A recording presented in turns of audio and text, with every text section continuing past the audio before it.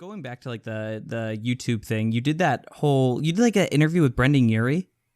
Yeah, I did. How the hell do you get Brendon Urie? What's that about? What'd you do?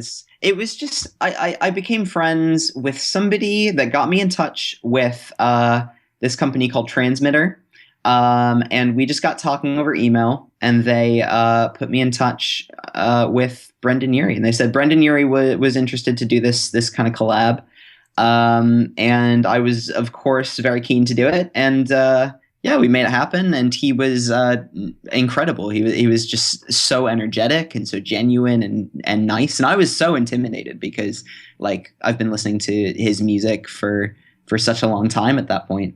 But it was huge. It was just so fun. I'm glad everybody enjoyed it as much as we did. I mean, that was a really, really great like those were awesome. You know, like how do you almost feel like you can't go back to doing a series like that because you're in a band, and that like if you're a band member going to interview a bigger band than you, it almost looks like, you know, this guy's almost like you're not legit. Does that make sense? I'm not meaning to like offend. No, of course. No, of course. No, never. It's easy to kind of overthink that kind of thing and be like, kind of just the politics of it all. Right. But I'd like to think that I'd never let that get in my way. But at the same time, you know, this is early days.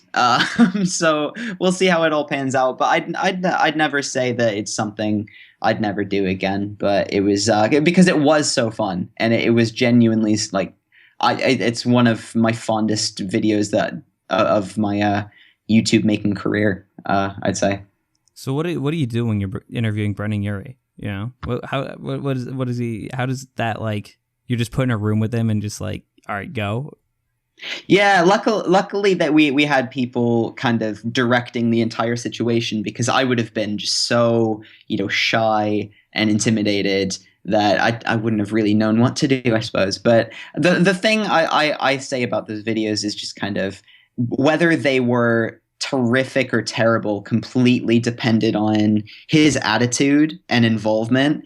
But because I mean, if he'd just been, I don't know, cold, they could have really been just awful videos. But he was so incredible. And just so happy-go-lucky and this big ball of energy, and that's why they ended up being so great to watch. And yeah, it was just an awesome experience, really, just totally surreal at the time. It's the Podcast, Podcast, Podcast, Podcast.